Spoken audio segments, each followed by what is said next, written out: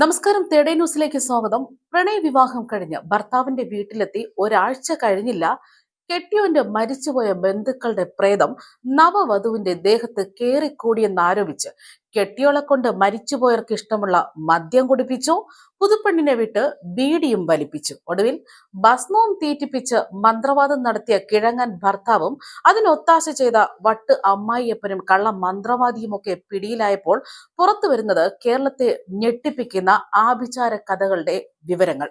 കോട്ടയം തിരുവഞ്ചൂരിലാണ് നവവധുവിനെ ആഭിചാരക്രിയകൾ നടത്തി ഉപദ്രവിച്ച സംഭവത്തിൽ പത്തനംതിട്ട പെരുംതുരുത്തി സ്വദേശി 54-കാരൻ ശിവദാസ്, യുവതിയുടെ ഭർത്താവ് മണർക്കാട് തിരുവഞ്ചൂർ കൊട്ടരിക്കുന്ന് അഖിൽദാസ് എന്ന 26-കാരൻ, ഇയാളുടെ പിതാവ് 55-കാരനായ ദാസ്, ഇവരെ പോലീസ് അറസ്റ്റ് ചെയ്തത്. ഇതോടെയാണ് സംഭവങ്ങളുടെ ഞെട്ടിക്കുന്ന വിവരങ്ങൾ പുറത്തുവരുന്നത്. മരിച്ചുപോയ ബന്ധുക്കളുടെ ദുരാത്മാക്കൾ യുവതിയുടെ ശരീരത്തിൽ കൂടിയിട്ടുണ്ട് എന്ന് പറഞ്ഞ ഭർത്തർ മാതാവിന്റെ നിർദ്ദേശപ്രകാരമായിരുന്നു ഇത്തരത്തിലൊരു മന്ത്രവാദം നടത്തിയത്.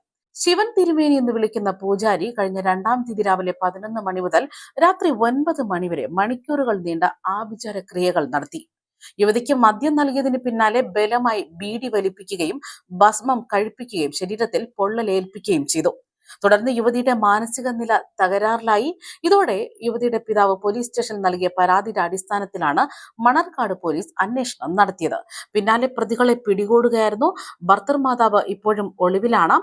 അതായത് ഈ സംഭവത്തിൽ പ്രതിയായ മന്ത്രവാദിയുടെ മൊഴി ഉൾപ്പെടെ ഇപ്പോൾ പുറത്തു വരികയാണ്. ഇയാൾ പറയുന്നത് 30 വർഷം മുമ്പ് ഊരാളികളിൽ നിന്ന് ആഭിചാരക്രിയ പഠിച്ചു എന്നാണ്. 3 വർഷമായി പത്തനംതിട്ട ജില്ലയിൽ ഇത്തരം പ്രവൃത്തികളൊക്കെ സജീവമായി തന്നെ ഇയാൾ ചെയ്തിരുന്നു എന്നും പോലീസ് പറയുന്നു. യുവതിയുടെ ഭർത്താവ് അഖിൽദാസിന്റെ മാതാവ് സൗമിനി സ്ഥിരമായി ശിവദാസൻ മന്ത്രവാദിയുടെ അടുത്ത് പോകുമായിരുന്നു. സൗമിനി കടുത്ത അന്ധവിശ്വാസി ആയിരുന്നുവെന്നും ആഭിചാര ക്രിയകൾക്ക് വഴങ്ങിയില്ലെങ്കിൽ ദൈവത്തിന്റെ കോപം ഉണ്ടാകും എന്നായിരുന്നു കെട്ടിവന്ന പെണ്ണിനോട് സൗമിനി പറഞ്ഞത്. അടുത്തിടെ ഇവരുടെ 2 ബന്ധുക്കൾ മരണപ്പെട്ടിരുന്നു. ഇവരുടെ ആത്മാവ് യുവതിയുടെ ദേഹത്ത് കയറി എന്ന് ആരോപിച്ചുകൊണ്ടാണ് ഇത്തരത്തിൽ ഒരു ആഭിചാര ക്രിയകൾക്ക് വിധേയമാക്കിയത്. ആഭിചാര ക്രിയകൾ അഖിൽദാസിന്റെ സഹോദരി വീഡിയോയിൽ ചിത്രീകരിച്ചു. വീഡിയോയിൽ നിന്ന് യുവതി അനുഭവിച്ച ക്രൂരതകളടക്കം പോലീസിന് ലഭിച്ചിരിക്കുകയാണ്. അതേസമയം സൗമിനിയുടെയും അഖിലിന്റെയും സഹോദരിയും ഇപ്പോൾ ഒളിവിലാണ്. സൗമിനിക്കും സഹോദരിക്കുമായുള്ള അന്വേഷണം പോലീസ് ഊർജിതമാക്കിയിരിക്കുന്നു. അഖിൽദാസിന്റെയും യുവതിയുടെയും പ്രണയവിവാഹം നടന്ന് ഒരാഴ്ച മാത്രമേ ആയിട്ടുള്ളൂ. ഇതിനിടയിലാണ് യുവതിയെ കൊണ്ട് ഇത്തരത്തിലൊരു മന്ത്രവാദ ക്രിയകൾക്ക് വേണ്ടി നിർബന്ധിച്ചത്. യുവതിയെ മദ്യം നൽകി ബലം പ്രയോഗിച്ച് കട്ടിൽ കിടത്തി ബീഡി വലിക്കാൻ നൽകി.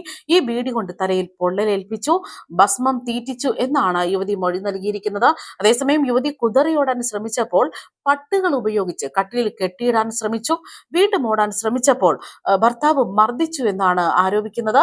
അതായത് ബാധ ഒഴിപ്പിക്കാൻ എന്ന പേരിൽ യുവതിയെ മർദ്ദിക്കുകയും ഇക്കാര്യങ്ങളൊക്കെ വീഡിയോയിൽ വ്യക്തമായി തന്നെ പതിയുകയും ചെയ്തിരിക്കുന്നു.